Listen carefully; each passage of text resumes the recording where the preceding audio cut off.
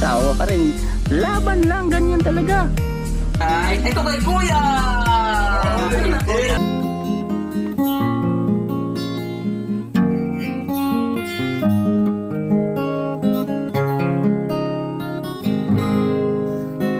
Mula na makilala. Yan, good morning po sa ating mga kababayan, mga taga-subaybay. So ngayon po ay tapos na dito yung ating tiles. At tapos, nakapinising na rin dito mga kababayan. Yan, nakapinising na. So pasok tayo dito. Dito tapos na rin. Dito ipapakita natin dito sa pinaka-hagdan, steps niya. O ayan, naka-tiles na. So hindi siya madulas. Tapos, may gate. Para siyempre sa mga aso, hindi makapasok yung aso dyan. So, yun. Ito, tapos na dito yung area natin. Clearing na lang. Yan, pintura. Yun na yung pinaka-aabangan. Kung gaano kaganda, finishing. Dito sa loob. Ayan. O, tapos naman tayo dito. Dito na lang. Para sa pinturas. Anong tawag niyan, pre? Yung ginagawa mo? Masilya. O, para sa masilya. At si pare naman, nagpapahinga. Kasi, lalaliman nila. Ayan. At kunting, sabi ni pare Jules kanina, dyan, lalaliman pa nila kasi nakikita na nila yung pinaka-sign. Sign ng ginto. At hindi sila magdadalawang isip na bibigyan daw tayo. So mga nasa 8 feet yan yung ano natin, target pre. 8 feet. Ha? Tao lang pre. Tao lang no? Kasi additional pa man tayo dito no? Pwede.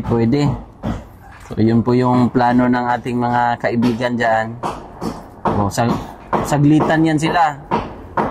O, kanina ay si Pare Jules, pahinga muna. Kasi hindi rin madali yung magkut ka ng ganyan ka tigas ng mga lupa.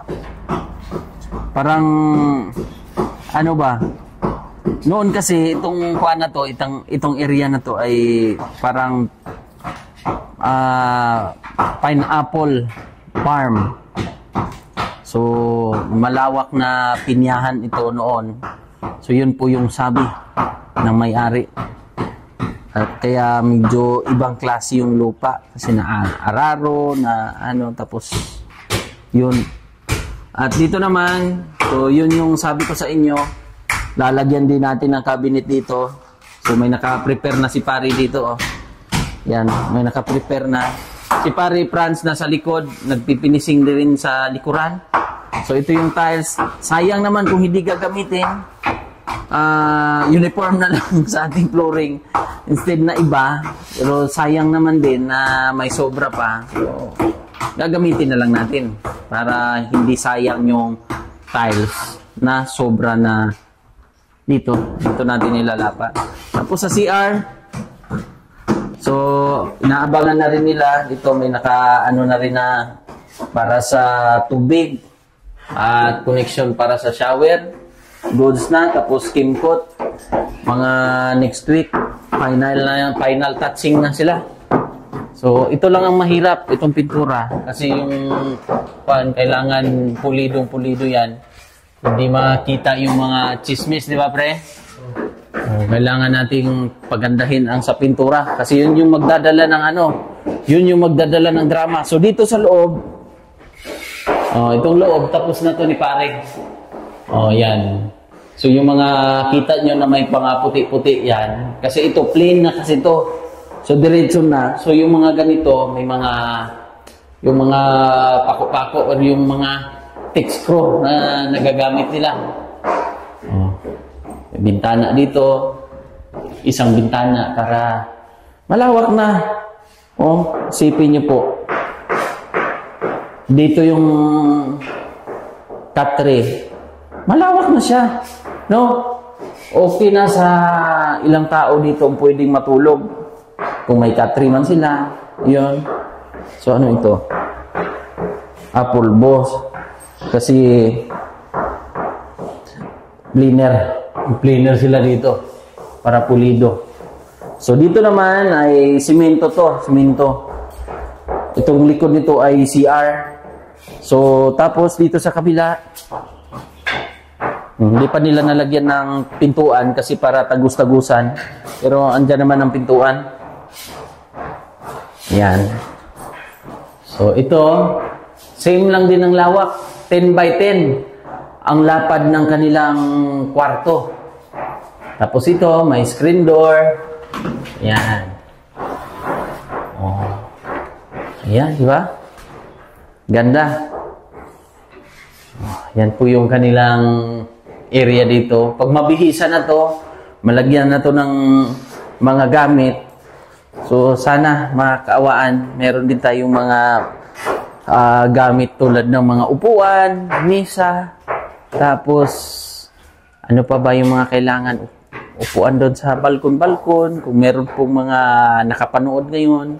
So malapit na po ito talaga, kumbaga sa pintura na lang ang pinaka final touching.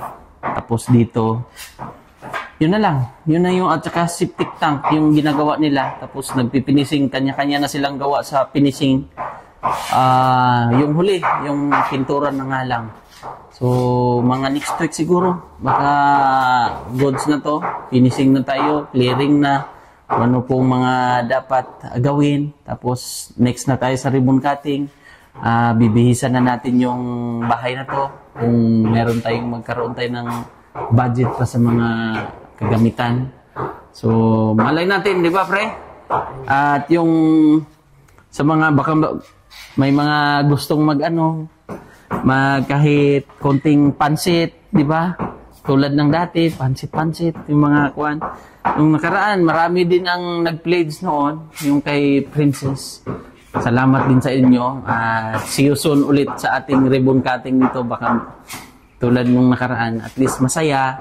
Meron pong maparanas natin sa kina Kuya Rodel, yung yung ganito pala yung buhay na kumpleto po, yung pabahayan sila, maranasan nila na may ribbon cutting din kahit paano.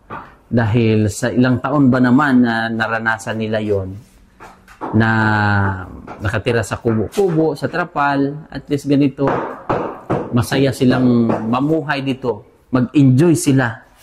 Sulit ito, napaka-peaceful na lugar. Pero pagdating ng panahon, magkakaroon din ng mga kapitbahay. Yun, tulad niyan, ito ay magiging resort daw eh. Ito, resort. Yan, magiging may swimming pool dyan daw. So, abangan natin magkakaroon ng kapitbahay si Kuya na na resort o ng ganyan ka. Magiging maganda kasi doon, magkakaroon din yata ng subdivision. So, malay natin, magiging masaya din dito. Pero ang target din natin, magkaroon siya ng mga alaga-alaga para meron siyang pagkakalibangan, di ba? Meron siyang mga manok. Yun, importante yun para mag-enjoy siya. May mga gustong bumili, o may mga kapitbahay na nangangailangan o gusto ng native na mga manok. Yun yung ibibigay natin sa kanya na ano ba? Pangkabuhayan, no? O, lagyan natin ng meat dyan. Diyan siya magpaparami. O dito na banda, no? Mag-alaga muna. Pwede man naman, open wide pa naman. So, yun, ang kuryente. Nakaabang na yan. So, antayin na lang natin ang electrician, si Sir Marlon. Mag-update yun. 3 weeks daw. Pagka, nun. So, malapit na. Konting kimbot na lang. Okay ba ang ating tiles? Okay naman, no? Tapos dito, iba ang tiles dito sa natin. Yan, medyo magaspang lang dito. Magaspang para hindi madulas. So ito, pipinturahan pa natin to para mas maganda. Ayan, di ba? Ito rin. Para yung mga daan, yung mga nawildingan, ito kasi kakalawangin yan, hindi maiwasan pag matamaan ng ng welding. So kakalawangin yan, so kailangan natin ng pintura. Isa din sa mga request ng ating sponsor, si Kuya Tatsuki, na malagyan din nito. So ito ay lalagyan ng lock. Gagawan pa to ni Pari Jules ng kwan. So dito tayo sa labas kasi baka magkaroon sila ng mabihain tayo ba? Mabihain tayo sa kwan? Pre? Baka konti na lang yan, ha? Oo. Mukhang ilang oras kayong saglitan, pre? Mahirap yan. Putik-putik. Pari Jules, oh. Putik na pa. Manicure ka na lang doon sa bahay, sa salon, pre, ha? Ha? Huwag na? Manicure natin yan, o tingnan yung mga paa. Kasi wala daw pag-ibig. Pareha pala kayo ni Rinan, eh. Walang mga pag-ibig. Single pala kayo, eh. Maigi pa ang tricycle, pwedeng magiging sidecar. Gusto tumingon sa comment, may sakit ang dughan ni parang Rinan? Oo. Pag-ibig pala ang sakit ni Rinan, eh. So yan, pinapalaliman pa nila.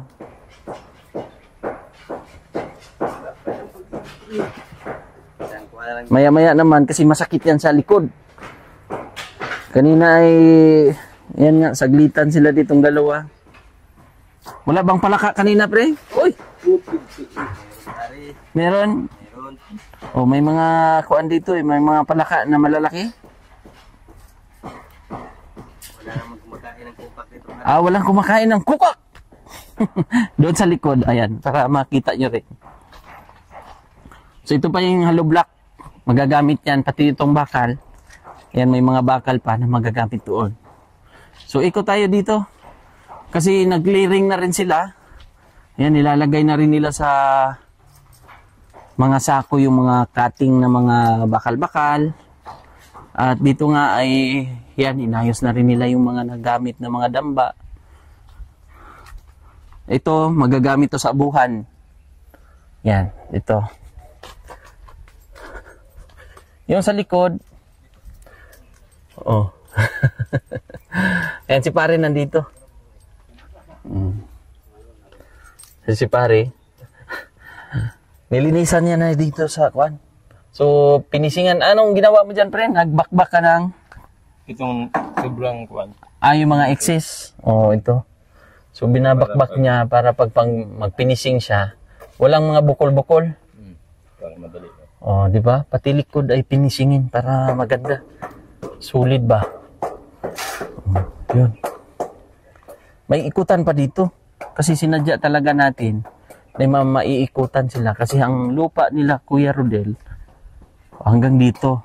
Ito, hanggang doon. So may space pa dito na pwedeng lagyan ng mga anuhan ng mga sisiw. Kung kawaan ba no, para makarami-rami nga. Kung makaalaga-alaga sila, may paglilibangan sila, Kuya Rodel. Ito po ay huwag kayong mag-alala, magagamit po ito. Nagamit ng ating mga kaibigan yan. So dito tapos na rin. Napinisingan na rin yan. Dito. So yung pinaka-final touch na lang natin ay mga next week siguro. Yun na yung pinaka-ano natin, aabangan. At yun, baka meron pa nga. Siyempre, hindi to pansarili. Ang ginagawa natin, hindi yung pansariling request. Siyempre para sa ating mga kay Kuya. At alam nyo naman simula pa noon ang sitwasyon nila Kuya Rodel sa pamilya nila na ganun po ang kanilang sitwasyon, sa kanilang pamumuhay, sa kanilang simpleng buhay ba na tamasa. So ngayon at least maiparanas natin yung kaginhawaan para sa kanila. Maranasan man lang nila na ganito at malay natin. Yun nga, sinabihan ko si Kuya kung anong plano ni Nanay. Sabi ni Nanay daw ay pag talagang papaalisin na sila doon at bawal na ay titira sila dito. At bisitahin din nila dito. Sabi ko, pwede naman talaga kasi ito ginawa para sa inyo, para sa pamilya. Malawak naman to, malaki. Kaya mag-i-enjoy sila nito.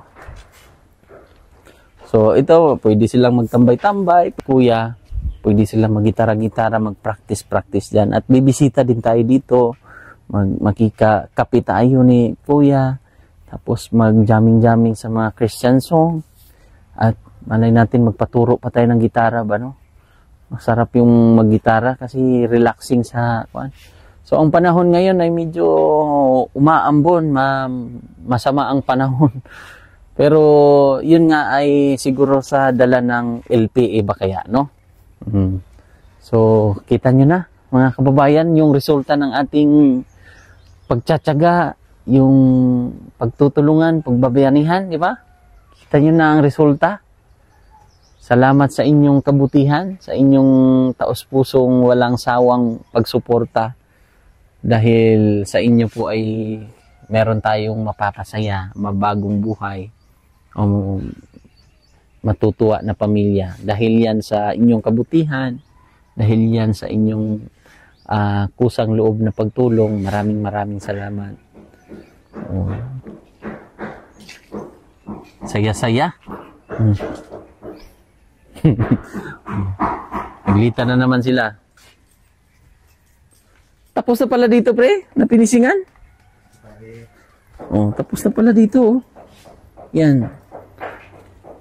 Tapos na. Yan yung mahirap kasi sa kuan, sa pagbungkal ng pagbutas ng septic tank kasi masakit diyan sa likod.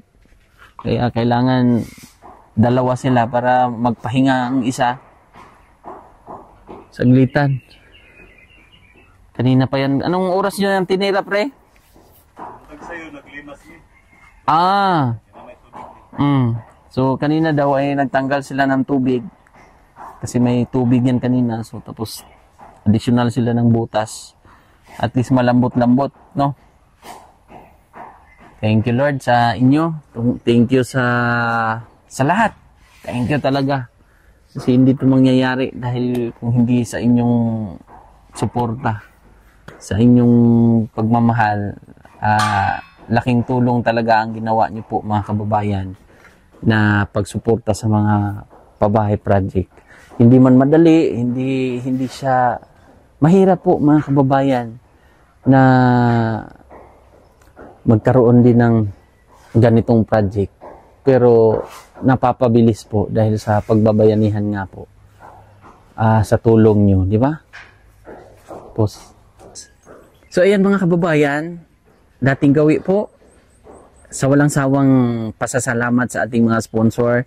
Bilang pasasalamat, siyempre isa-isahin natin yung ating mga mabutihing sponsor. Thank you po sa pabahay project natin para kay Rodel. Sila po yung ating mga sponsors. From Brisbane, Australia, nagbigay siya ng 38,790. Ate Inday po, 20,000. Mamita L, 3,000. Ate Henry sa Atribor Overton, 5,000. Sir Janjan and Ma'am Janet of Canada, 10,000. Mami Hyder of Germany, 5,000 po mga kababayan. Anonymous natin na sponsor, 8,349. Tita Jenny of California, 50,000. Anonymous natin, 10,000. From Kuya Tatsuki, 10,000. Sir Dudong and Ma'am Joy Alido, 15,007. Ate Bell po, 3,000. Ate Eileen, 20,000. Tita Rose Cuevas, 5,450.59. Ate Bernie HDH, 3,265.37. Ate from Brisbane, Australia, 39,941.83. Ate Ying, 10,726.72. Tapos, Kuya Tatsuki, 15,000. From Tita Jenny of California, 50,002.50. Ate Celine, 10,000. Ate Chuna Milis, 13,120. Mami Hyder, 2,030.35. At Ma'am Juan Sinya, 5,200. Tapos, Ate Inday, 10,000. Anonymous natin, Kuya Erwin and Ate Grace, 16,549.60. Sa electrical and water connection natin, Tita Jenny, 40,017.75. Anonymous, 5,000. Tita Jenny of California, 60,055.75. Tita Jenny of California, 50,028.44. Tapos, anonymous natin from Ontario, Canada, 10,000.13. Tapos, Kuya Tatsuki, para po sa gasol, para sa abuhan. Tapos, sa iba pa, nagbigay siya ng 20,000. Tapos, Ate Jocelyn there, 5,000. Hoping Christian Church from Valenzuela, 5,000. Ate Jenny Tapuaan, 2019. Ate Grace and Kuya Erwin, 21,778.40. Ma'am Marjorie Abihon, 5,000 para po sa groceries sa opening sa pabahay natin dito sa ribbon cutting. So, yun po. Maraming salamat sa inyong lahat sa walang sawang pagsuporta. So, yun po mga kababayan. Maraming salamat. God bless po sa inyo. See you sa ribbon cutting nito. Siguro makabalik pa tayo ng isang update nito bago ang ribbon cutting. So, welcome po kayo mga kababayan sa ating mga gusto lang po, mga gustong magbigay, mag-pledge para sa mga gamit, siyempre sa konting salo-salo. Ayan, thank you so much po. Maraming salamat. God bless po sa inyong lahat. Bye-bye.